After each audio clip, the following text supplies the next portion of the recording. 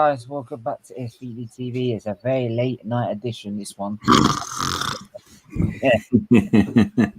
I want to sleep, to be honest. They're doing the Euros all day. But yeah, we got Ray from City Fan TV, and we've got Matt from Football United TV. How are you all boys doing? Yeah, I'm all right. You all right, Matt? Oh, he's disappeared. Okay, he'll probably be back in a minute. But yeah, how are you doing, Ray?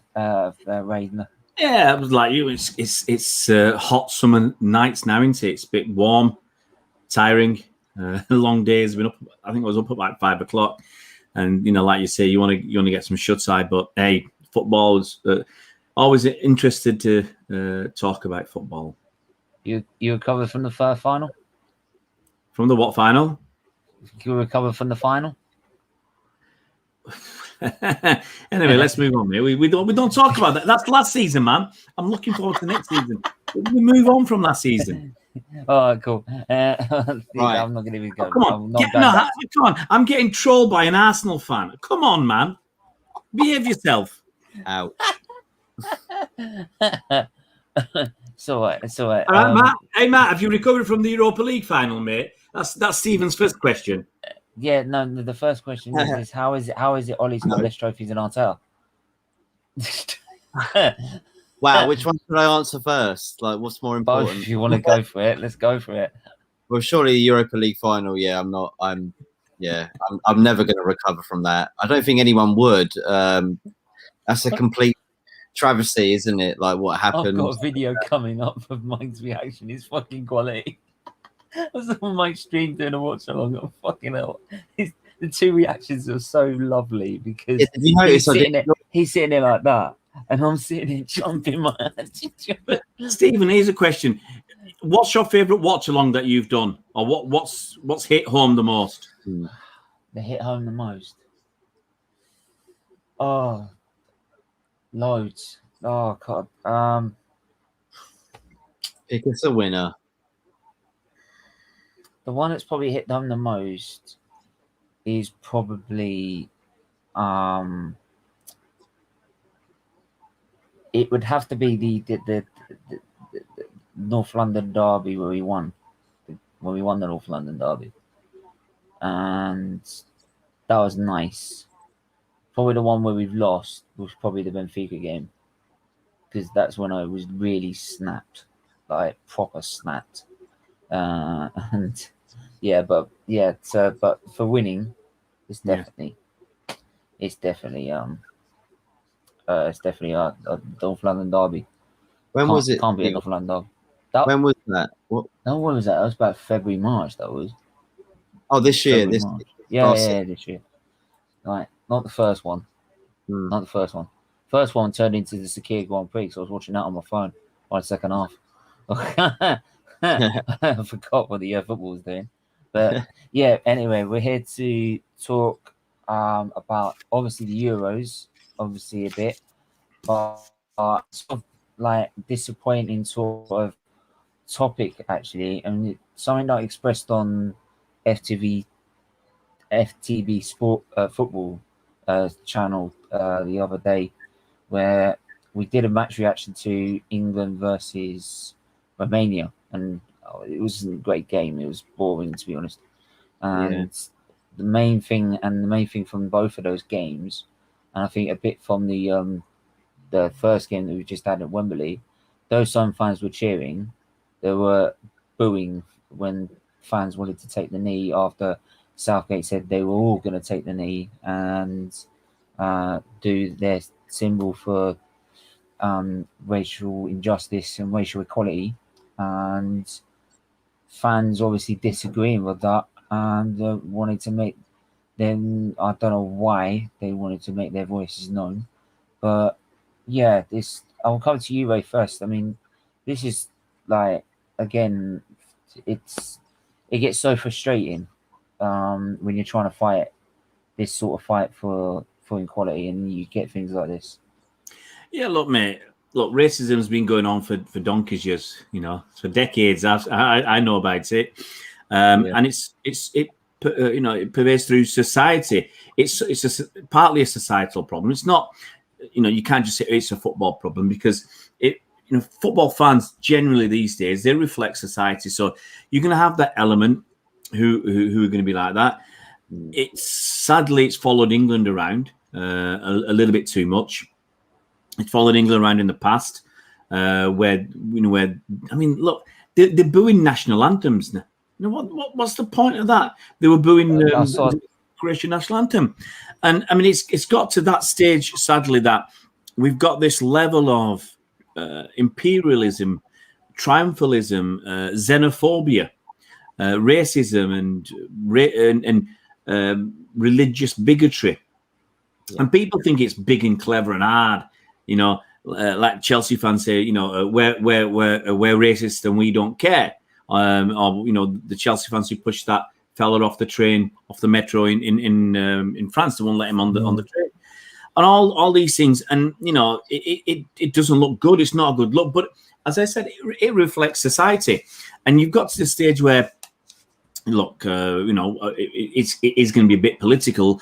But when you've got the leader of the country who's actually no better, the prime minister who's, if you've ever looked at anything he's done, you've got that racism, you've got that sexism, you've got that homophobia, you've got that Islamophobia, you've got that anti-Semitism. Pretty much anything he can do, he does. Anything bad he can do. Anyone that they can find anything that's something wrong with someone. Everybody's different. Even when it comes to people with illnesses, even. Yeah, like, discriminate against them as well. So. They'll have a pop at anybody. So it's a sad indictment on society. Thankfully, it's only a few, but like in life, you see on social media, some of the minority tend to make the most noise. So and thankfully, the majority of the fans are now hitting back and the cheering or applause or whatever to drown that out. But it's dead wrong, and I'm sure the other guys will talk about it, because I bet you most of the people who are booing can't explain why they're booing. They can't just be honest and say we're racists. And like the Chelsea fans, we're racist, we don't care. If they come out and say that, you might respect them 1% more. But that's the honest truth. They've got no argument for it. They're seeing the players do something for the black players, okay, in support of them, and they don't like that, so they boo, and and they can't explain what's wrong with what those players are doing, taking the knee. You've heard people like Simon Jordan. I listened to him yesterday or today, was it, talking about this? I think it was today, and saying he doesn't agree with taking the knee. He said it's worthless and all that. And part of me thinks, yes, the message has been diluted because it's gone on for so long, but that's also a reason to keep doing it, because if people are saying, well, the message is not getting through, well, then keep doing it until that message gets through. So and the bottom line is, if you don't like it, I'm sure there's lots of things in life that you see out there that you don't like other people doing or whatever, or something that it doesn't quite agree with you. Just shut up. In life, that's exactly what I said. Just shut up. There's things I don't like about certain people or whatever. Shut up and let it pass. That's exactly what I said on that match reaction. This is the first thing I wanted to mention about it straight off. And the first thing I said about it is, if you don't like it, shut up, because you're not going to change One, you're not going to change their mind. They're doing it anyway. Yeah, it's 8 seconds of your miserable lives anyway, right? I'm sorry, it's 8 seconds of your life, right? and if you can't sacrifice 8 seconds of your life just to let people have their say, right? Just walk out the stadium, right? And that's the thing. These people are booing. Hey, hang on. If someone run on a pitch, for example, they get taken out of the building. Right? If someone beats someone up, they get taken out of the building. So why is it if they're allowed to do this, why are they not allowed to take out the building? This is the thing. I think maybe we don't necessarily know what they're booing about. Maybe they're booing at the fact that they don't know why Croatia. They're booing as a protest. They're booing the fact that people. Do you know what I mean? Like, I remember like Eminem did a show years ago in England, and he heard like boom, and he like went off and was like, I understand why they're booing me. They went, they're not booing you. They're booming you. Like, you know what I mean? Like, I'm not necessarily sure. Like, people that are booing are necessarily booing the BLM movement or anything like that. That's what they're doing. They're booing as a protest. What else would they do it? They're only booing those 8 seconds when the guys go down. Because I hear people going, the Croatians didn't take the knee, so that's why I booed them. And I'm like, okay. So there's, you know what I mean? There's already a different... I've not heard that. But the point is, they booed the Croatian national anthem and they booed their own players taking the knee. They do that all the time, Ray, didn't they? They've done that for years for England. They've always booed other people's national anthems. Like, I've hated it all the time. Like, the minimum. You know what? I've never minimum is... It always usually heard it. To be fair, I've never usually heard it. Oh, I always you hear a bit. I think the thing is, the minimum you say is that is disrespectful. That's the minimum, the bare minimum. And here's the thing: if you go overseas and opposition fans boo our national anthem, the papers will be full of it. The fans will be going crazy. They'll be fighting in the streets. Could you imagine? Do you remember? I remember a game. Hang on, I remember a game we played against Spain, and every time an England player touched the ball, they were getting booed, cursed, and that's every single player, right? And the papers all about it. The FA got involved, UEFA got involved, and everything like that. Why don't I booing about the national anthem is, right? And I even remember it from like the playoff final where the Welsh fans were doing it as well. And I'll get, why are you Welsh fans doing it? It's you're British as well, right? That's still your national anthem because you're a Brit. Right? Well, they got their own. They got their own. Right, mate. I know you got your own, but you've also got the British one. Oh, that's controversial to them. But what I'm saying is that if you're going to if someone's booing your national anthem, that's booing you, basically you as a person, right? Where you come from, where you were born, right? Where you were brought up in, right? It's basically attacking you as a person. They've done it for years. And it's crap, and it's just the way it's been bred into our culture. Like it's done to you, why are you doing it to them? Yeah, well, exactly. As I said, the minimum is disrespectful, but it's really xenophobic. Yeah, this is a good discussion. I think we should continue it. Got a lot to say. Just going back, like to if your family got killed in the Falklands War, the next thing you know, you're playing in 1986 World Cup. You're playing against the enemy, which is England. Are the Argentines right to boo English national anthem and boo England and be grateful for the hand of God and say, yeah, up yours, that kind of thing? If you've experienced being on the receiving end of British politics, for example. Yeah, it does happen, and it has happened. It did happen, didn't it? Vice versa, I think both ways. It was the media and the government using football as an excuse to let out their anger upon each other, and that shouldn't be allowed anywhere in sport or just anywhere. We talk about the Falklands, and you might remember it was a few years ago now when the BBC it's on Top Gear, and they went down. They were going down Patagonia. They're going from North to South America, and they had that Porsche, and it was the registration had 982 FKL. Referring to 1982 Falklands. Yeah. And so they went there deliberately trying to cause trouble, and then said, hey, shock horror, when there was a big backlash there. So they were stoking the fire, and then they said, oh, it was a complete accident. It's a coincidence. My ass was that coincidence. Oh, seriously. Do you know what, 982 FKL. It was just by pure chance. You know, I remember that. Like they didn't like it. They didn't like it when they brought it up in the World Cup. Like, and the thing is, they brought it up in the World Cup. God, like that, all the thing up to it. And the thing is, they knew what they were doing. There's loads of people making that show, so they deliberately did that. And Clarkson has done it before, talking about was it in Vietnam or somewhere, using racial tropes over there. So he's been at it. They've done it many times, talking about slopes And you know, and they've got away with it because he's really popular and everything else.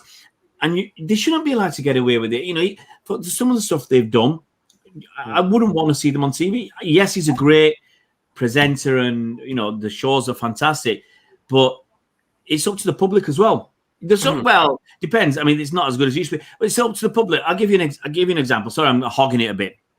No. Talking to some people, we talked about the Daily Mail, and this is the culture. This is the culture. And I said I really like reading Martin Samuel. Really like Martin Samuel, but I don't read anything from him. I've not done it for years. Why? Because he writes for the Daily Mail, and he's such a good journalist. He doesn't need to write for a far-right, racist newspaper. He doesn't need to. And then you've got loads of others, and you get a lot of City fans who like Martin Samuels, and a couple of other journalists who are nice to City and say supportive things. But I just say, look, if you're going to, and this is as I said, it's a societal problem. If you're going to write for these newspapers and stuff, I really have a go at the black players who do it. I've got Micah Richards who won't talk to me anymore about writing for these racist newspapers, and I say, why'd you do it? And none of them come out with an argument, and they don't talk to you. It's like, you know, they blank you. And the problem is, it's like the Daily Mail can now say, well, we've got some black journalists, we've got some black footballers writing for us. We can't be racist. And it normalizes what they're doing. It normalizes their hatred, which a lot of people can't see. Did anybody watch that program? It was, I think it was either last night or the night before, about BLM and in businesses and in the workplace and the efforts made. Did you watch it, Matt?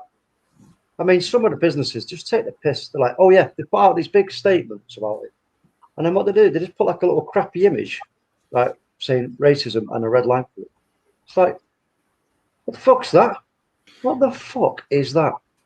Explain. They're not trying to change racism. They're just trying to get you on their side to keep you from going away from their product or whatever it is. It's about the product first off, and then racism. Maybe use it. Basically, what they're using it, it's like a PR stunt. It's like, look, we're trying to actually help with change in that. But you look at the Coca-Cola thing with Ronaldo. It looks like we are, so we can buy our product. Yeah, it's the same thing. Ronaldo, you know, with that, you know, it's Coca-Cola come out with a statement saying, "Oh, there are other drinks available, Coca-Cola Zero." You know, like it is always about the product first, not about the actual fact of what you're trying to say. And that's the problem, I think, with the whole thing. It's just a complete cover-up by corporations and that to say, well, we don't want people to stop buying our drinks, so if we just say it, then they'll be cool with us. Like everyone will be fine. But you know what? I'll tell you what it is. I'll tell you what it is with the players taking the knee, right? Right? I'll tell you what, I'll say this to you all. Stick a needle in your leg, right? See how long you can keep it there, right? This is what it is.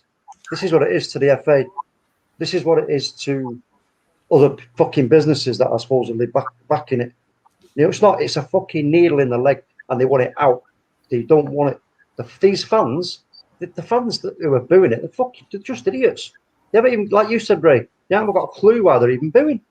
Just come why they're booing. Go, I'm booing because he's booing. Well, no, they're booing because they're supporting black players, okay, and they're racist. That's it. Yeah, you know, they're not booing it.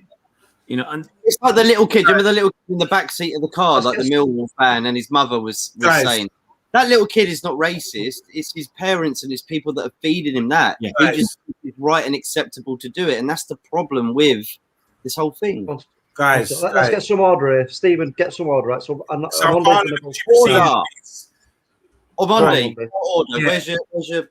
For me, I would never kneel. I don't agree with this kneeling thing. I think it's a load of garbage. Okay, and anyone endorsing that, I'd say shake your head and say, "Nah, you're not thinking here." I don't agree with it, and I'm a black man, and I've experienced what real racism is. I can tell you some horrific things that's happened to my life and thing, which is real life agenda business. We're not playing, you know. So, but I'm not to say that I don't support what it is. I think we need to not get confused by what prejudice is and what racism is. because there's two different things that we're talking about here. Racism is having the power to oppress. So there'll be systems like institutions that we have in this in the UK, for example, like education, the police force, politics, the prisons, the judge, the courts. These have the power to oppress people. That's what I call racism. I've got no issue. This is the thing. I've got no issue with people expressing their true spirit. I don't mind. I've been to football games and I've heard people say DVD when Park's got the ball or something like that. Hold on, that's to me. They ain't impressing Park because Park is richer than all them fans right there. Do you understand what I'm saying? If they're throwing bananas at John Barnes, they're not oppressing him. How are they oppressing him? I don't understand. Do you understand? They haven't got the power to oppress him. That's just prejudice thing. I would rather like I grew up in the 70s. I'd rather watching Mind Your Language and all these shows where people were free to express what they felt. What we're getting to now is a stage where people are booing because they feel like they can't say anything.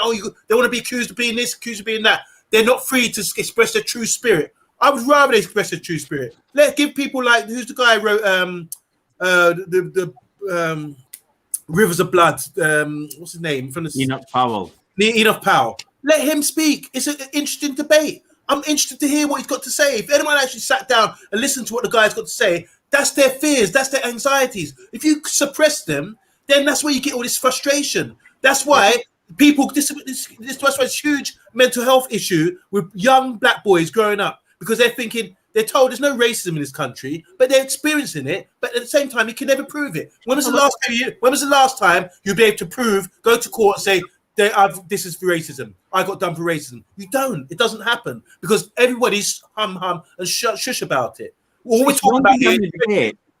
It's one thing at having a debate. Booing is not having, for me anyway. Booing is not really having a debate. No problem. You can boo, and then where's your debate? They're not having a debate. They're just booing black. Then I'd rather them show their true face, show your true spirit. That's your spirit, and that's what you feel. Then show it. I don't mind. Can I go to? They're not oppressing me.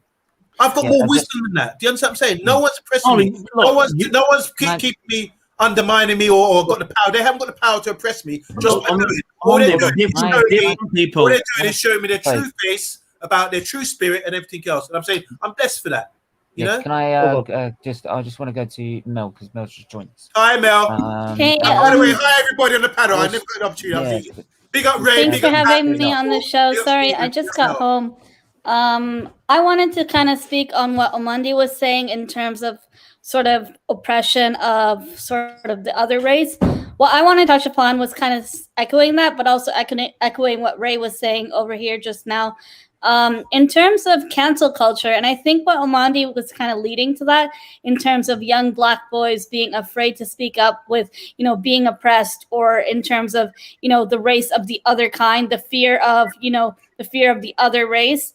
And I think, we as well, myself, I've experienced that on this platform itself. Of course, not on this channel, but I've experienced that firsthand. But in terms of the other person playing devil's advocate here is what I'll be doing. I think a lot of people are afraid to speak up, even in terms of if they don't agree with, one race being held above another. I think people are afraid to actually fully express themselves in terms of freedom of speech. Of course, there's limits to it so that you don't offend and hurt other people. But this whole cancel culture is a big thing nowadays in social media and, in the world we live in nowadays, that, the minute someone does something like booing, it's taken into such an extreme scale. And I think, I agree with Ray that, okay, if you're going to have a debate, have a civilized and educational debate. Don't just boo for, the sake of views and clout, which is what I feel it's become. I think the people, who are booing taking the knee, or the players, the black players on the pitch, are just doing it for the sake of, they know they're going to rack in views and clout. That's just, my take on it. In terms of whether this should be done in sports, I feel like, okay, taking the knee is one thing to express a sign and a symbol of, standing up for people of color and voicing their opinions. But what's actually been done, from UEFA, from FIFA, from, the Premier League to actually combat and mitigate racism? To me, it seems like just a publicity stunt. As a person of color, I'm saying that myself. I feel like it's just, you know, a publicity, a media PR stunt. And I feel like if you actually care about eradicating racism, or, you know, it's really hard to eradicate at this point, but if you actually care about wanting to mitigate it in football, in the government, you know, in politics, in prisons, in the education system, more needs to be done than taking the knee. I just want to say that has to be, we have to change people's opinion. Yeah. This is what it's about. You have to change. I know one day saying, I know what you're saying, mate, but you know, you got to say, go on then, you spit out what you believe, let us hear it, and then try and have a conversation about it. But the thing is, because people won't really do their true. They won't do it like that because they'll feel afraid. So when they're in a group with people in a stand and everybody else is booing, and then they chuck their 2 pence in booing. But then if you try to have a conversation openly like that, no, they won't do that. But this is what we're saying. Is I think for me, the taking the knee is a sign. This is like, no, this has to go in a different direction now. It's been far too long. If the players are doing it, okay, it's their choice. You know, I think most of them, you know, they've come together and it's their choice. They're doing it. Let them do it.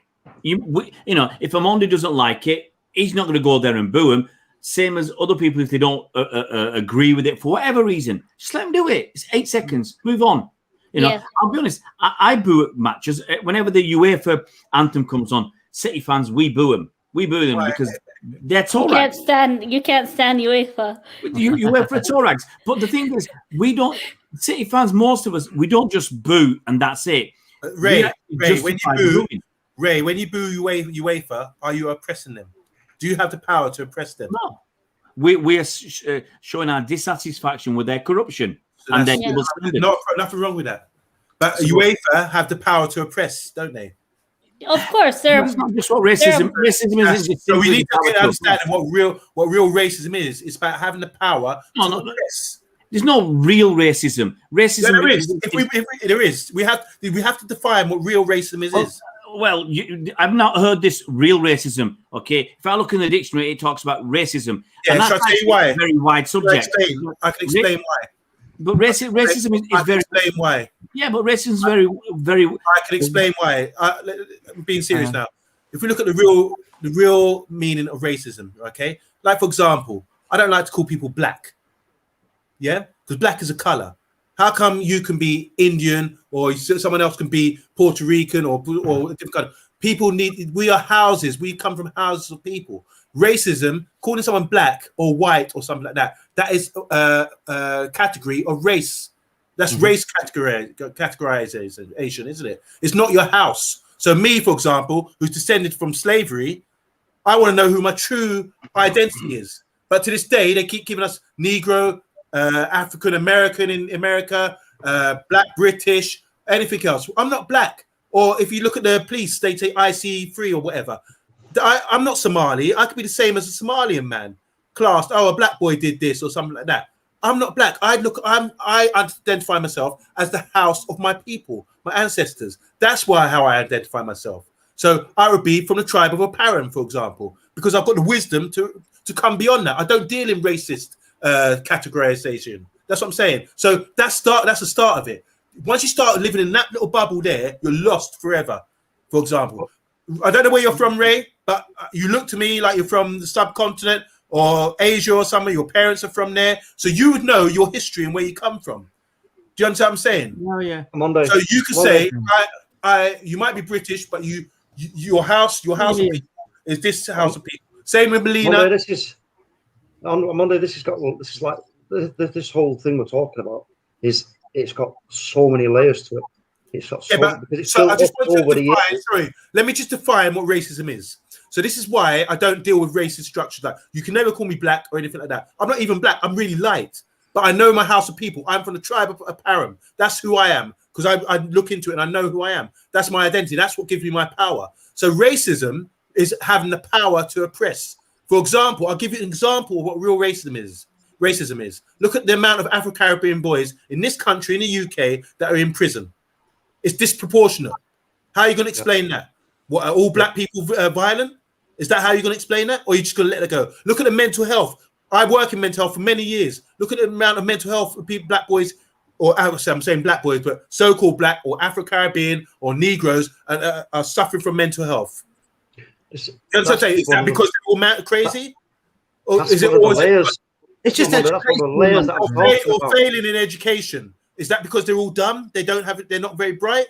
No, they're not getting taught right, man. No one's ever been taught. Because as soon as they enter the institution of education at 4 years old or whatever, something goes wrong for them. Yeah. That's what I'm saying. This is what real racism is. So the institution structure has it's a racist structure that is failing and oppressing black, so-called black people.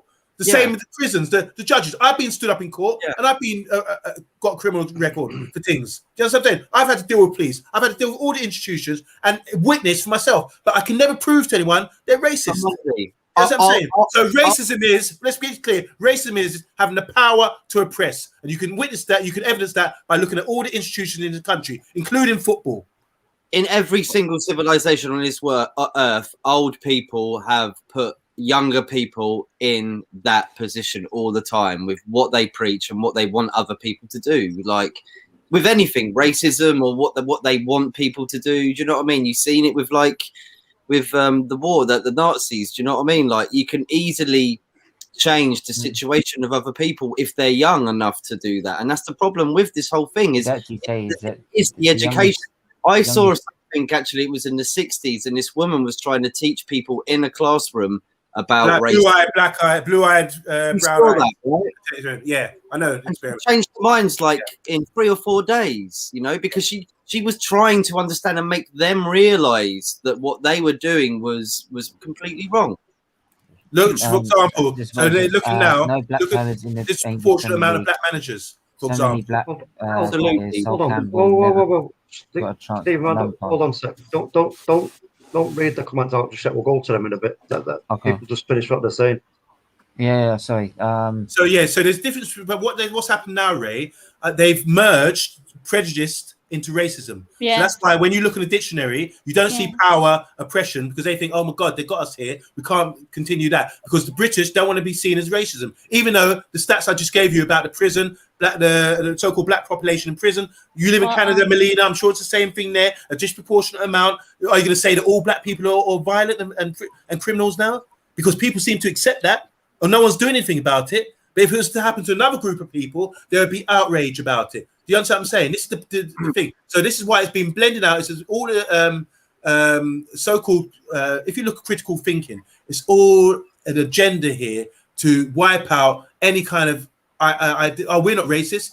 We're not racist. Britain's not racist. They would like to say that, but I would say otherwise. And you ask most brothers on the street and everything else, they would say otherwise because of what we experienced.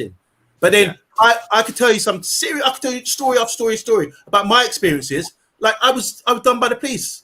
They mashed me up, beat me up, everything else.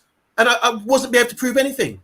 They beat me while they were punching me, all this kind of thing. I wasn't doing anything about it. And I couldn't do anything about it. I couldn't get say anything or prosecute them. Do you understand what I'm saying? All my brothers growing up, either been in prison, got criminal record, everything else. What is going on? Are we violent? Are you scared of us? Do you understand that? Is that we're inclined? Are we mentally ill based on the population in the being sectioned and all that kind of thing? Are we all violent based on thing? Are we all poor, poverty? Why can't we grow up? Why can't we, like the communities? What happens when so-called black people want to unite and get themselves together? There's always a problem. But the Chinese can have their own communities. The Jewish community can have their own community. The Asian community can have their own community. But when it comes to so-called black people or Negroes or people we are descendants of slavery coming together and trying to get their identity back, there's always an issue. Yeah. So this what I'm saying is about there's a power there. I'm not saying anyone here is involved in that, but there's a power there to continuously oppress, and that's done with deception as well. So that's why I'm saying we have to define the difference between racism, what it used to be. If you go back 20 years, it was about power and oppression. Now it's all about prejudice. So, you're being racist. So anyone can be racist, which I don't believe is true. Because when you can't find me one majority so-called black country in the world where white people are the minority and they're being oppressed. I think what's happened over time is I agree up to a point that what's happened is racism has expanded the definition, let's say, to include prejudice. So today, if someone's prejudicial, it's easy to tag them as racist. I mean, I'll call people racist if they've been extremely prejudicial. But it depends who they're targeting. You know, I've said it many times about some of the journalists out there who target young black footballers just because they're young black footballers. Yeah, and not because they're young footballers. There's an important word in there. I'm sorry, you know, using this broad. The problem is with that way. The problem is that way is when they target those players as well. It's like when you target your Sterling or anything like that. When they perform, and that's why I think where this whole social media problem is coming from is that when they then perform bad on the pitch, it sort of gives fans this like, oh well, they criticise, so we're going to do this. They just jump on, and then they jump on social media, but they take it to extreme, and then they start, and that's why I feel sort of the racism comes from. Is that then they start being racist on social media because these players are always singled out of being poor performing and not. It's prejudice comments that they're being attacked with, not racism. They're not oppressing anybody. If you call him a Raheem Sterling played poorly and you call him a monkey or something or black monkey or whatever, that's just prejudice. Raheem Sterling's got plenty of money. You're not oppressing him. Do you understand what I'm saying? What the real racism is when the people are what they're avoiding now is that the education, all the systems, all the institutions out there where they've got the ability to oppress, and it will continue because we're all confused now saying, oh, you're chanting this or you're saying this on social media. We need to cut that out. But that's the bit that has to be. That's where this has to start. This has to start with the. You're not going to start taking.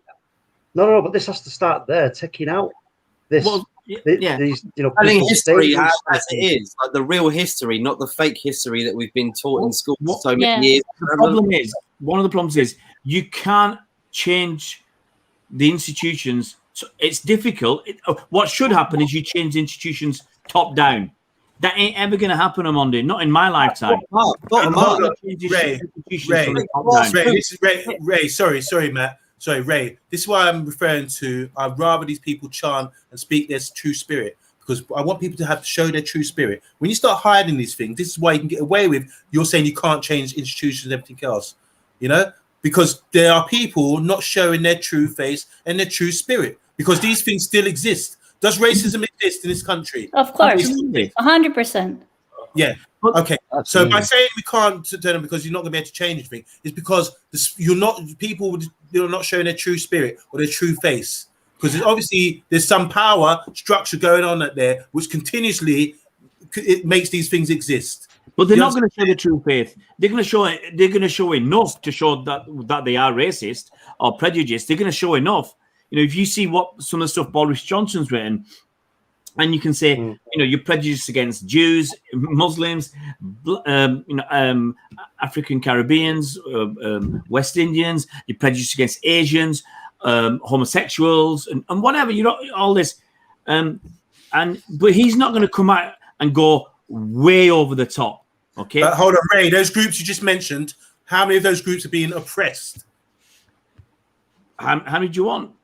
You named them. You said Jews. You said what are you going to call oppression?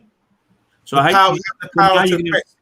I've just defined that by explaining to you that people are being oppressed, like the people at the bottom of the barrel who've got no way of getting up. Okay. And look at the disproportionate amount of people in prisons with Afro-Caribbean boys. If you look at the disproportionate amount of people in mental health institutions, failing education, unemployed, poverty, the disproportionate amount of people are failing. Why is that?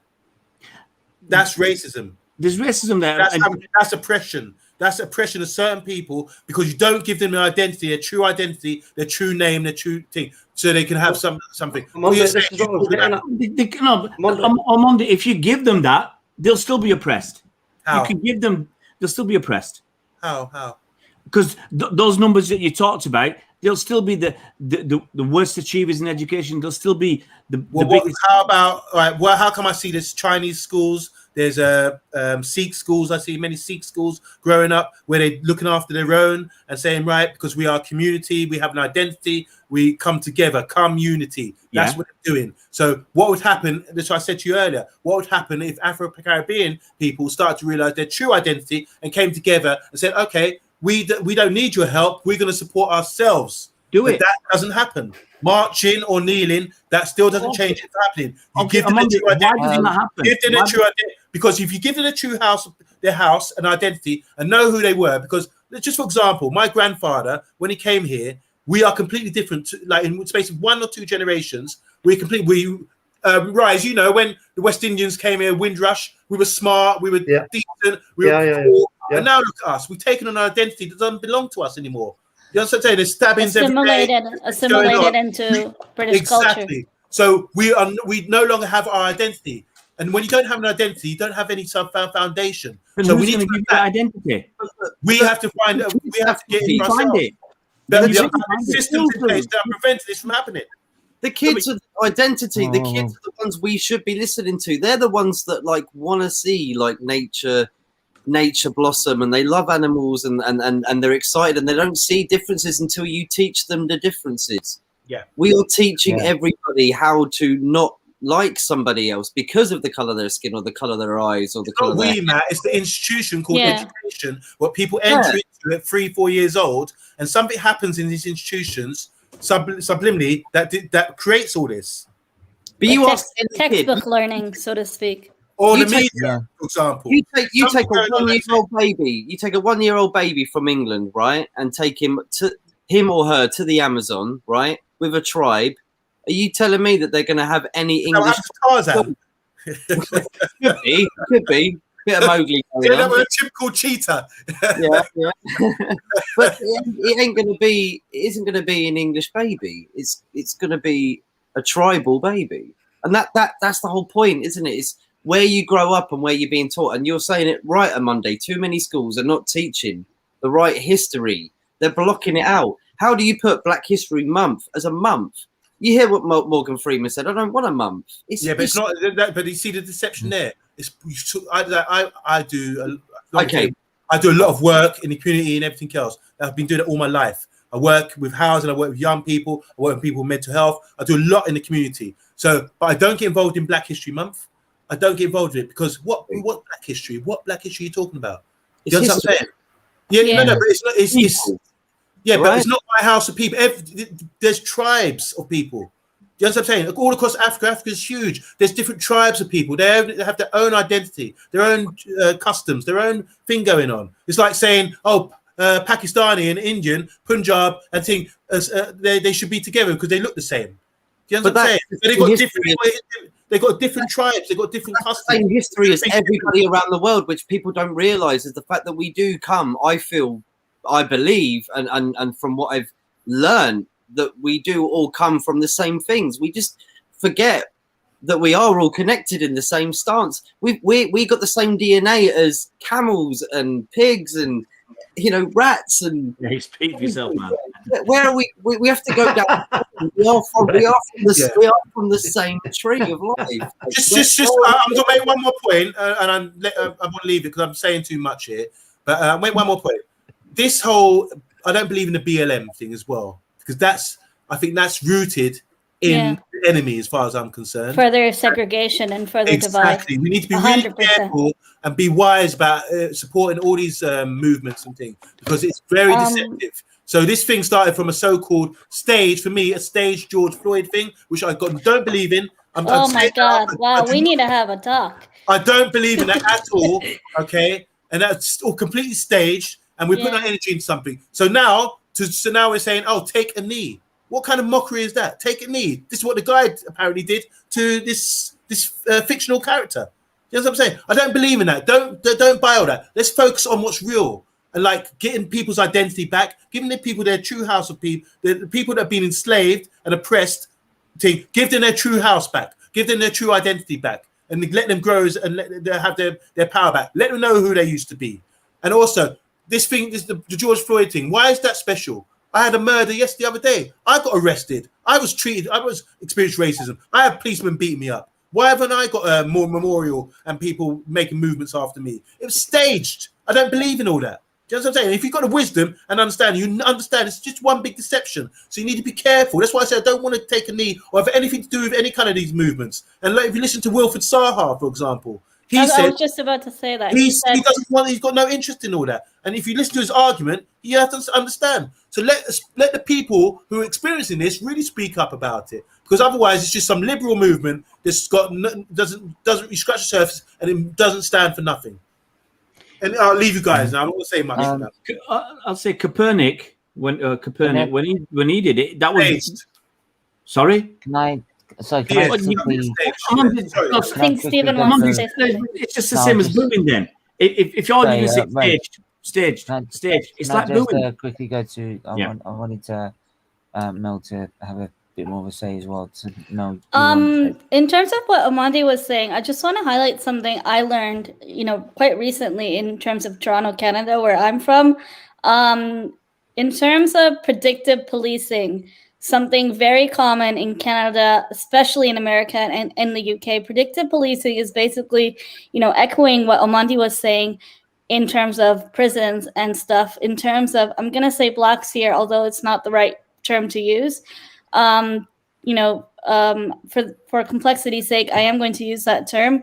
However, of course, each of them have a distinct identity and heritage they come from, of course, just like all of us here. But in terms of predictive policing, so these algorithms that are made through artificial intelligence, and police go, especially in America, this is prominent, police go to certain neighborhoods, assuming that these neighborhoods are high of black crime, and just wait there, dog watching basically, to look for triggers and signs. But in reality, that neighborhood can be completely fine. These algorithms just highlight, these algorithms made by machines just highlight that, okay, this neighborhood is high of black crime. You need to be here for you to meet your quota, so to speak. Another thing Amandi was saying that I really wanted to express, and this might be a political thing, so I'm just going to keep it short. In terms of what Amandi was saying, the devil's advocate for the BLM movement, I just want to highlight a fact here. The actual founder, and when Black Lives Matter organization was created, it initially started as a good organization, but the actual founder, I think she bought a $4 billion home in a white neighborhood. And that was just like a month ago. To me, I think this whole George Floyd incident that happened, rest his soul, whoever, whatever situation that may be, whatever reality that may be, we only see what we see on the media, and the media always have a greater narrative. They're always going to push, what they want us to see. It's basically propaganda. So you need to do your own thinking and your own education in terms of what you believe is just, what you believe is wrong and right, so to speak. And that goes back into education, what we learn in schools. The whole life I've just been learning from a textbook. And, Stephen, hold on 1 second. I'm a bit confused now, because when I watched that video of what happened to George Floyd, it was quite clear to me that they killed him. Now, I need somebody to explain to me why what I was seeing outside of here. Honestly, it will get cancelled if we say it on stream. It's a very sensitive topic, but we can speak about it off camera, mate. I'm happy to have that discussion with you. And me, to be honest, this is what I'm saying. I don't want to go deep into it, but I know everything about all these things. I'm willing, if you're willing to think, I could show you a lot of evidence to suggest this thing is not as a deception. A lot. If you just hit Rise, I'll be happy to do that. And this is why I got banned off social media's thing, because I'm bam. I'm big into that deception. I like to expose it. I know what you're saying, but I mean, I don't know what do you think, Ray? I mean, and Matt. Are you thinking the same as me? By the sounds of it, the Earth's flat. We never went to the moon. Everything's not deception. Okay, there's plenty of deception and media agendas out there where they push you down an alleyway, let's say, and make you think I've seen it. I've done it myself. When you get so much from the media, and if you don't do any critical thinking of your own, you don't do any research of your own, you think, oh, you know, I'll tell you the story. I've told this many times. I lived in France for quite a few years, and most of my news I got from the BBC. Most of my news I got from, I had a quick look at the newspapers, the front page and the back page. And that's basically what I did for news coming from England. And at the time, Raheem Sterling, when he was big in the news, and you got every other day there was a story about him, and it was all prejudicial reporting. But when he was leaving Liverpool and all the noise over that, and then calling him a love rat and a cheat, and his poor fiance, and then all the little things that all add up. You know, that he's a bling merchant, and he's bought his mother you know, a new house with a blinging bathroom, but he goes and shops in Poundland and eats at Greg's, and all this was built up from across many newspapers. They built this up to give you this idea about this guy, which wasn't really true. And it's so easy to fall into the trap and think, well, there's so many stories about him. Surely there must be some smoke here. And then when you actually, you know, put the effort in, when I come back 3 years ago, you put the effort in to look into this, and you think it's a load of rubbish. It's all just prejudicial stuff to get people to hate this guy. And then people are hating on him so much. They're hating on him so much that he gets, you know, verbally abused. He got physically attacked. The guy got sent down, I think, for 6 months or 12 months for kicking him in the street and saying something to him, you know, whilst he was doing it. And so the newspapers are pushing you. So there is that agenda, but it's not all fake. There is some truth out there. So it's not. Sometimes you don't see just what they want you to see. You can see a little bit more. And people. I'd say I was just started reading to my kids Animal Farm. Oh, that's a good book. Wow, that is well. Yeah. You know, my kids are not loving me because I got a massive fat book and it's all the works of George Orwell, and I'm going to read it all. That's incredible. You know, what a great book.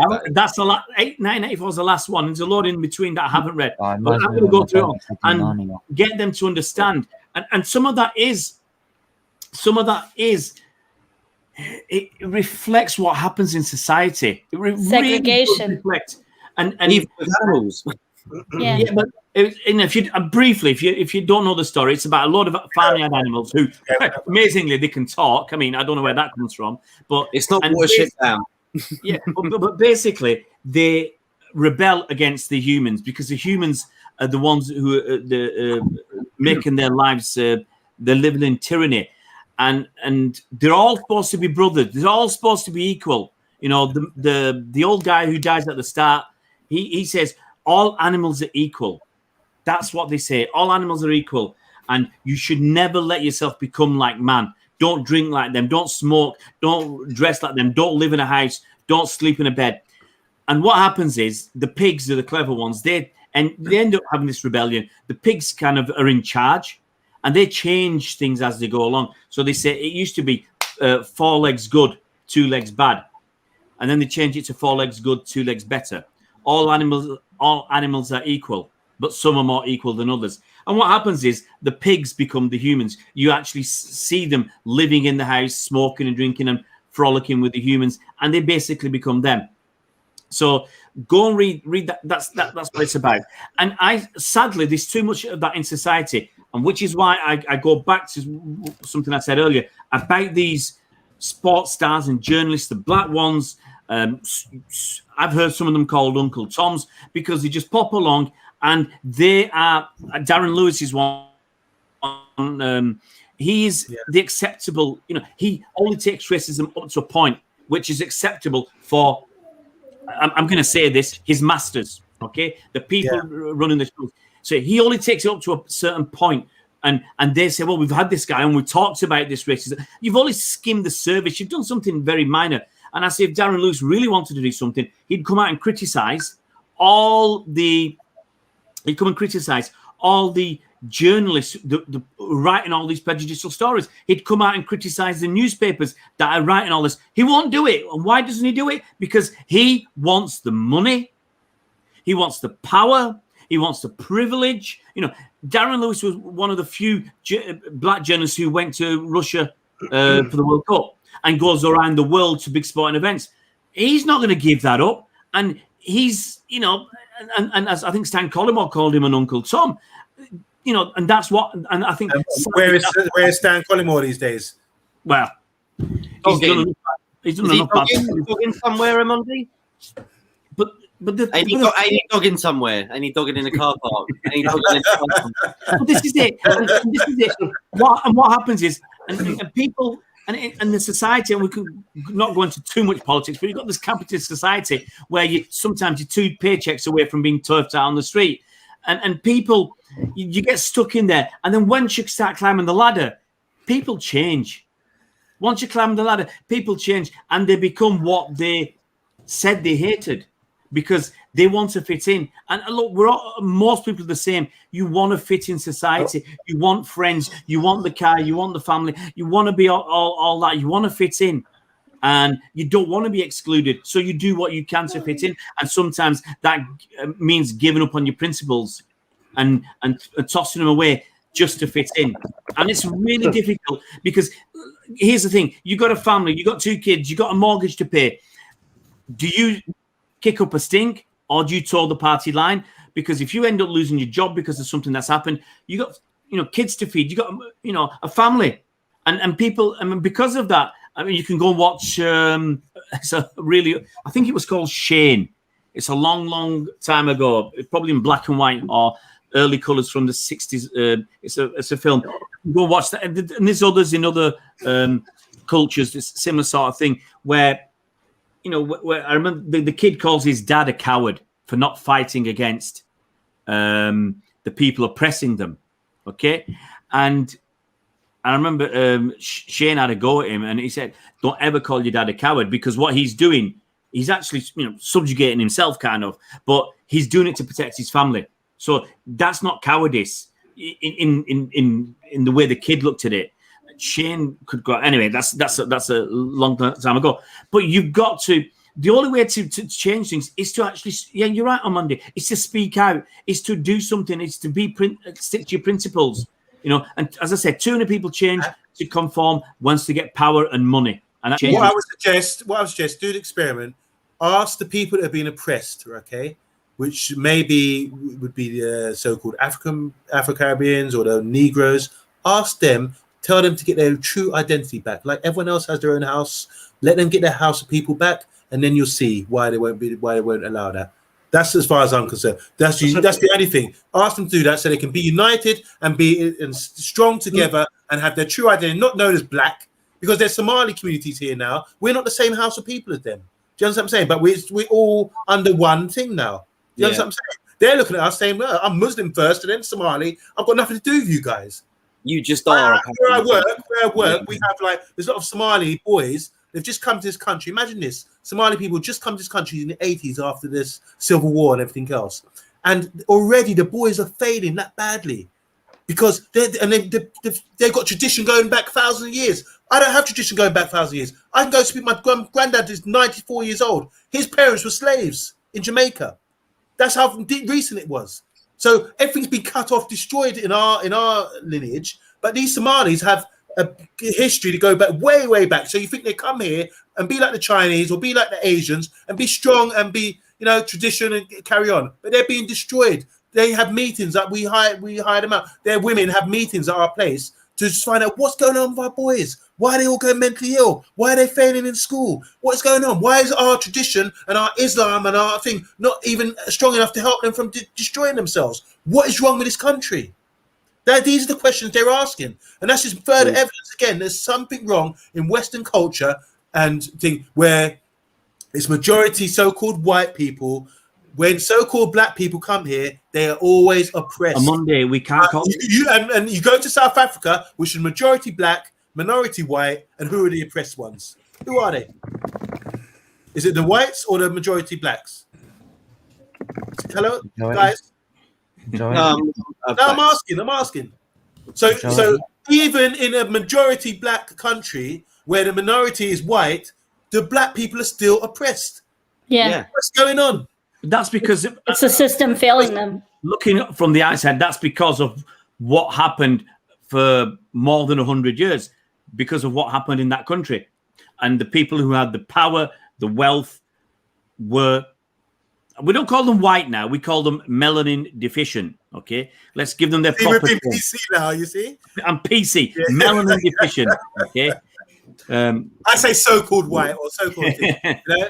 But you see what I'm saying? These are the real issues. So just keeping it back, because I think we're going off on one here. Yeah. Keeping it related to football, I think people booing, taking a knee, it's great that we have a discussion about it, and a frank discussion. I'm really great with everyone's contributed here brilliantly. Glad it's gone off. I will just say, it's glad it's gone off to a different tangent, because it really goes down deep into a steeper issue.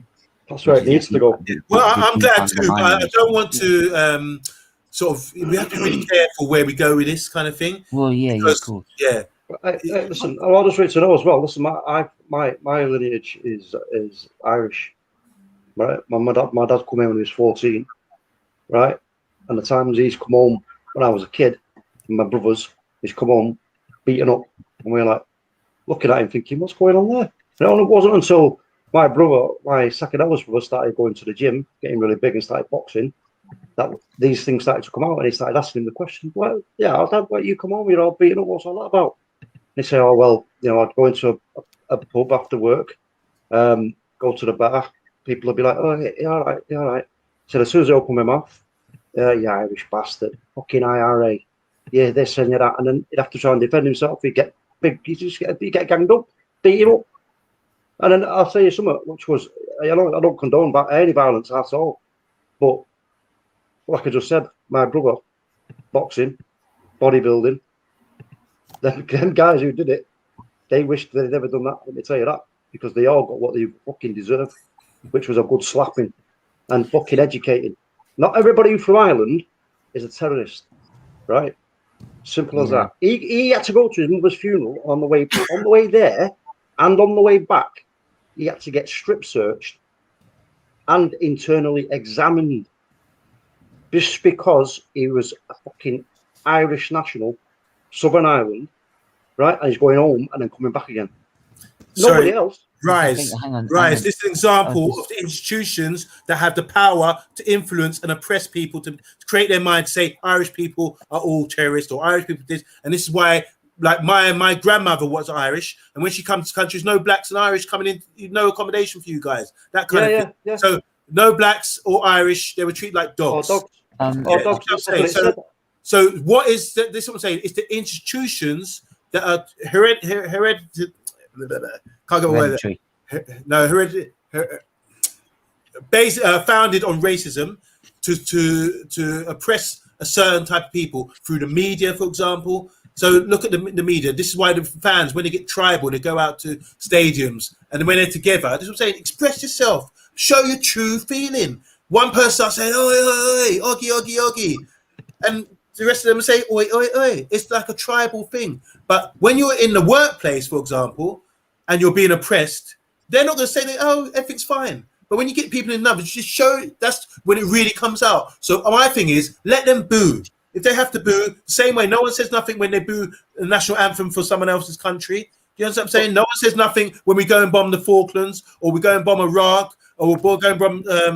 Look, the West have been in war so many years, and we're supposed to be people of peace. Why would I listen to man or listen to that sort of the media or anything like that when we look at the history and the pattern of their behavior? I mean, I'm not gonna go or thing on you now, but I believe in God, and God says in Genesis in the beginning, and God saw that the wickedness of man on earth was great, and the imagination of their thought of their heart was evil continuously. So man, left to their own devices. If you look at history, that's why God had to wipe out with Noah and everything else. The man left to their own devices are evil, and their evil imagination of thought and their heart. This is right. So when you make a society and let man rule and man be in charge, this is the evidence of it. What we have today. You know what I'm saying? People don't know themselves.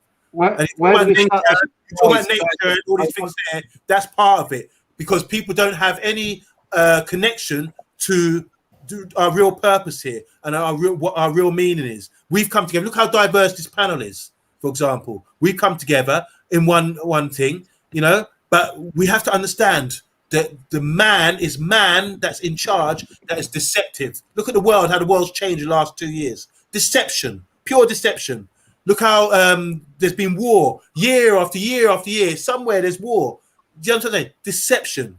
And we're supposed to believe, oh, everything's fine, everything else, you know? It's not. So man, as God said, man has always been wicked from way back. And it continues now. So when you give man the power and take away any kind of like connection or of consciousness with a higher selves or God or Yahweh or whatever you want to call it, this is the result of it. We're living in terrible times.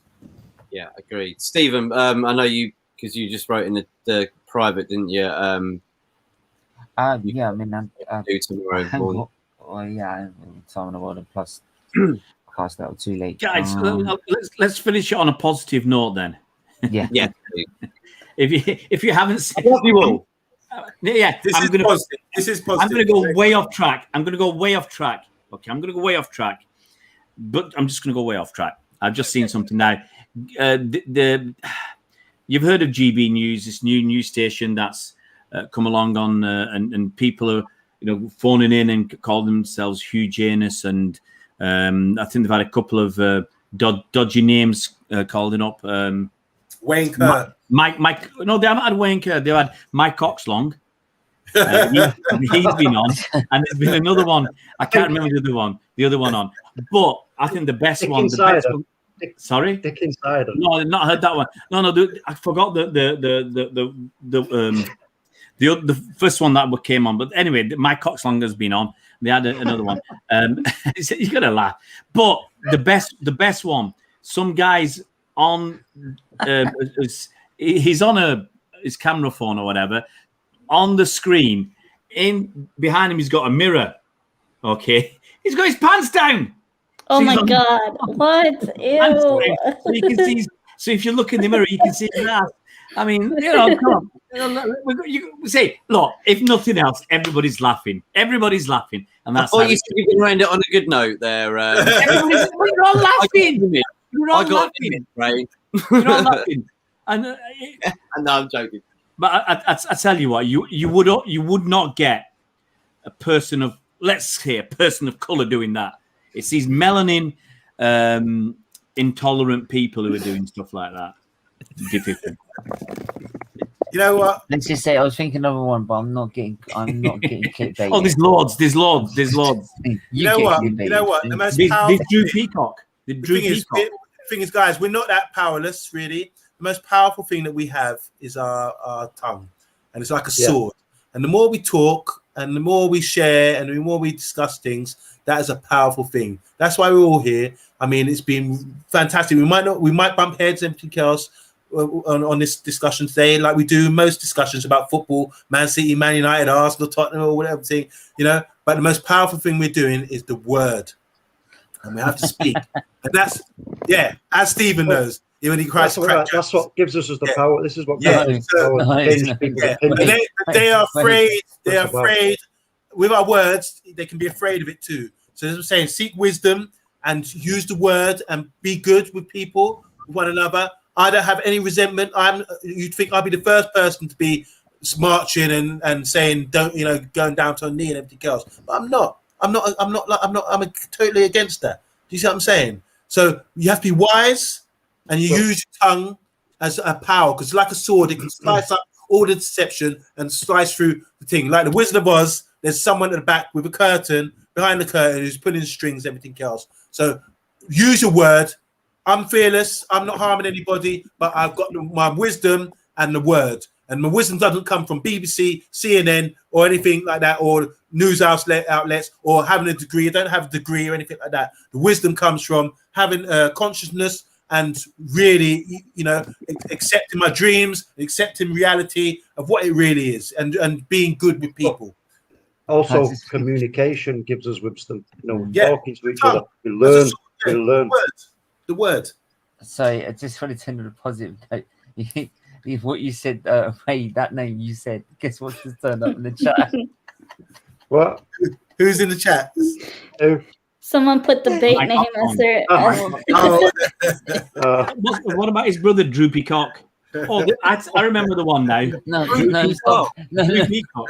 I don't know anyone called Droopy. The one that I can't say it. The one that someone was the Michael Hunt. If you know what that is. Yeah. I'll tell you something. We had on the Man United agenda. We had someone. Yeah, I remember. Yeah, playing the arse for us recently, and what he did, he done it really slickly because I always read out the name. So I say it would be like, oh, Ray from City, whoever, or Belinda. So he come up and he was a Leicester fan. He had a Leicester profile picture, and he said his name was Mo, as in Mohammed, and his surname as in was Leicester, as in Leicester Football Club. Yeah. Get me now, Mo Leicester. No, I've had a couple who got me. I've had a couple who got me. But now I'm using it. Betty Swallocks, isn't it? Betty Swallocks. Yeah. I like the invention. I like you have to be creative, don't you? Yeah. And look, and like I say, jokes and like the word, someone will always be offended. So don't be afraid. I mean, don't be afraid in this PC world. You have to talk your spirit. Express your true spirit. Do you understand what I'm saying? Say what you want to say. Someone will be offended, but it's okay. It's okay. Yeah, I think it is important that we have a quite open and frank discussion. And like you say, we can't be afraid to ask certain questions, because otherwise, if those questions are never asked, they kind of stay dormant and hidden away. And but there's a bigger question to ask, though. Tom, why is Stephen not going to bed when he's got to go somewhere important in the morning? Because we're keeping him up. Yeah. But no, listen, it's been a really interesting conversation. But I know I would ask if whoever can stay behind afterwards, stay behind, because I need to. Oh, I want to have a chat. I would like to talk to you. Talk you. Yes. You're moaning about me going to bed, but at least me and Mel aren't going to go to sleep about nightmares over a final. Oh. God. You couldn't even make a final. You haven't even got nightmares. You ain't even Thank God, Steve, you didn't experience Night 6. Talk, Manny. We need to keep some sense into you. Yeah, hold on. I forgot. I remember now what it is. When I come onto Stephen's channel, right, I always get this little noise in the back of my earphones, and it sounds like this. It's like, and I think, what is that? And I think, what is that? What is that? And I sit there thinking, and I go, I don't know what it is. It's a little lost lamb. It's a little lost lamb. And that's what Arsenal are at the moment. They're a little lost lamb, wandering around the wilderness, trying to find home. And unfortunately, Stephen, you're heading straight for the wrong place, mate. You're going in the wrong direction, son. So don't That's the one who's still waiting on Sancho. Hang on. I'm still waiting on Sancho. How many titles has Ollie won? Oh dear, here we go. Anyway. Hey, look. You need more ammunition. Yeah. Well, yeah. Ray's the one who can banter us all. Let's have it right. I can't say nothing to Ray. That's the oil money talking. Yeah. Come on, that's a disgusting racial trope against our owners. I'm joking. Terrible, Pep's done it. Pep's done it with all that talent. I tell you what, these pretend Americans. I mean, I'm not American. You should have heard. That's why I said these pretend Americans. You're Canadian. You're a pretend American. Wow. A little bit, maybe. No. It's a little bit of French in there as well in Canada. I speak French too. I speak French too. Don't worry. Don't worry, Don't worry, ma chérie. Don't worry. Mon chéri. No, I can't call him mon chéri because that would be like to a fella, wouldn't it? Yeah. Ma chérie. See? No, you wouldn't. You've not watched my channel. I do interviews in French. I did watch it, yeah. Oh my God.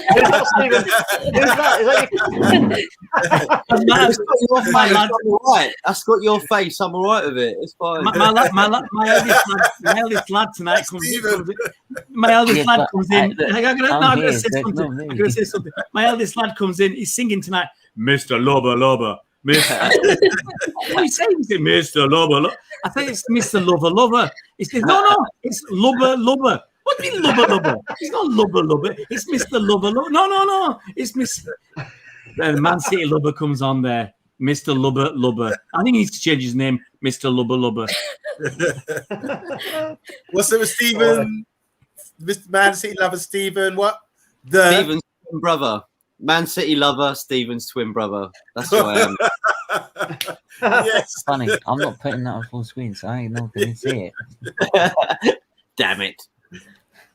Oh, Anyway, man. we're going to end it. Hey, big up panel. Big up the panel. Great, Big guys. Big up, everyone. Great discussion. discussion. No. Can I just say, this needs to be continued. Yeah. This needs to be continued, because we know what, we've peeled one layer off here, but because I'm learning here, I think we're all learning in our own separate ways. And this I don't know what you're doing at home, talk. Don't tell me about peeling layers, mate. I don't. It's too late for that. no, mate. Honestly, no. On a serious note, mate. Honestly, I've learned some things there, and I'm hoping to learn a little bit more after this goes is not live.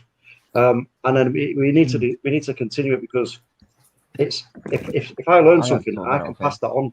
I can pass that on to somebody else, so on and so forth. If it can be taught, it can be untaught. Yeah. Simple as that. So, everyone has to unlearn what they've learned to move forward. You really do, because there's a lot. I know, Ray. You're giving me the eyes behind those dark glasses, but roll your eyes. But everything you said about, you said things about so-called conspiracy. That's an easy way to mock everything that we think, that we're taught, and we think we know the foundation of the world we live on. But I think sometimes you can't just take everything away from people, because people got pride. For example, people got a lot of pride. So when they've learned things, or they've gone to university and learned things, they don't want to be told after all these they were wrong, or they've been deceived. So you have to take people rebel against that. People don't like to be told they're wrong. Yeah, exactly. And this is the problem. That's ego and pride, though, isn't it? It's ego, the older you get, the older you get, to unlearn. Yeah, for most people, the older you get, the harder it is. Yeah, ignorance, right? What you've done is wrong, and that's why people still go back about Boris Johnson. Say, "Oh, he's doing the best he can." Oh, the guy's an ass, right? But people have invested so much in him that they can't say, "Yeah, the guy's an ass." We can see it. He's wrong and he's bad and all this, and they can't, because they're invested in so much into things that it's very difficult to say we got it wrong. It's like people who say, some City fans are saying that certain players are the best in the world, and they're not. They're palpably not. But they've invested so much, they can't pull away and say, actually, when we said that Joao Cancelo was the best fullback in the world, we were a little bit mistaken. He can't even get in the City side now. So, but you got people who are saying that, but they won't turn around and say he's not. So, because they've invested too much in it. Yeah. Just for example, what you said about Boris right there. Now, I think this is really comedy. It's pure mockery to the whole public, to the world, to have someone like that as our prime minister. I mean, come on, man. Is this a joke or something? It's like a parody of some joke clown, But you see, they've got us they brought him into our consciousness from years ago. He became London mayor. He was like, look at the tackle he done on that football. People just laugh at him. Day, and now he's become prime minister. So it's set up. They're experimenting with you, and even things like social media. It's like they experiment. They gauge how people's feelings are. Are we ready to go and hit them with this now? Are we ready to hit them with this now? They gauge it by how we're feeling. Actually, Monday, it's funny you say the social media thing, right? One second, let me just before I forget it. The social media, I think they are come to the realization that they are now the ones at the top of this who can make changes, but they're scared to do it. They're scared to do it because we all live our lives on these social media platforms, one or another, and they know that let's have it right. They have got a lot of power to make change. They have, I think they're scared of doing it. For whatever reason, evidence by the way they block certain views or certain opinions. Yeah, so it's like, with their ethos, then you're not going to get your word out there. It's like when Trump got away with murder, so to speak. with a lot of things that would have got you banned from Twitter or Facebook years ago. If any of us had come out with some of that stuff, we'd have been banned. But they don't want to stop Trump, because as soon as Trump came along, Twitter exploded. And it's a money thing. So whether it's good or bad, publicity, it's publicity, and it worked for them. And it's got a lot of engagement, on these platforms, and same with Facebook. Now they're pushing him to the side because he's not president anymore, and they'll go in a new direction for a while, and then come back to him. Wurzel. I mean, yeah, but you look at these characters they're wheeling out there for you. Look at the current president that we have. Like I was talking about Boris Johnson. Look at Biden, for example. I mean, are we really for real? Is this for real? Do you know what I'm saying? Is this for real? Are we serious here? I don't know much about Biden, if I'm honest with you. After the show, if you want, we can talk about that. But there's a lot of stuff. Honestly, there's a lot of stuff. There's some real. We're living in some real deceptive times. I'm not gonna stick around, but I'd ask you about what you think of President Obama. I wouldn't say it in public because I've got a job kind of thing. I hate Obama. Yeah, I'll tell you, Obama is complete fraud. All of them are frauds. Yeah. They're all fraud. And they all work for the same organization. Yes. But they've all got connection to the same organization. Every single American president, anyone, anything, they all work for the same or associated members of a certain club, which we're not going to mention, and that suggests it all. So when they bring along I remember being in the barbers 2008 or whatever, when Obama came out, and everyone was so proud, all black barbers thing, so-called black barbers, whatever. Everyone's so proud, and I said, "Nah, we have to be careful. It's just that'd be deception." And they cussed me out. "Oh, you mean this is Obama's? This is like the same with Lewis Hamilton." There's so many so-called black people on watching Formula One now because Lewis Hamilton. Oh, he's great and everything else. But Obama is the biggest fraud. I could tell you all about him. This is all actors. A lot of people have dual roles and they play. This is all deceptions. Hollywood in olden times was the wood of the holly tree was made to making magic sticks. Do you know what I'm saying? It's all a deception. What we're seeing is not real. It's magic, it's deceptions to deceive, and they tell you. But the thing is, they tell you about it, but they have to show you that it's fake. But we haven't got we're conditioned not to even to believe in it. We've got to go to work tomorrow. We've got big things to do. But it's a spell, it's a magic spell. We have to break it. Everything's deception, Amanda. Are those real dreadlocks? Yeah, they are. Sure. Under all that, you don't look like me. As old as I am, yes, I still got dreadlocks. Yeah, not that old. I'm older than you. If you're a lad of the 70s, I'm older and wiser, so hush up. Hey, Amanda, look, I was a lad of the 70s as well. Wait, I was a lad of the 70s as well, Okay. No, I'm not as young as I look. Wait. All love, man. All love. Whoa. No, do you know why? It's because Mundy's never had to come up with someone like me before with the banter. You know what it is? It's repetitive banter that I'm struggling. I said, let's move on from the game. Let's move on from losing the cup final. But no, you refuse. You refuse to move on from that. We're going to finish off on a positive. We'll have 5 guesses how old Amondi is. Go on, Stephen, you start. Oh, no. That's not Come on, Stephen. Come on, Stephen. 50. 50? Not the bloody rest. Come on, Rice. No. Right, I think Monday is. I think he's 49. One word. Wow. Oh, I think 40. I think 40 years older. 40. He was a boy in the 70s, man. Go on, Melina. Yeah, exactly. Think 44. You guys, it's too nice. How far away are we on Monday? Go on, what? Mate? One of you's pretty close. Don't say 16, Amanda. Don't say 16. I know it says that on your name. Okay.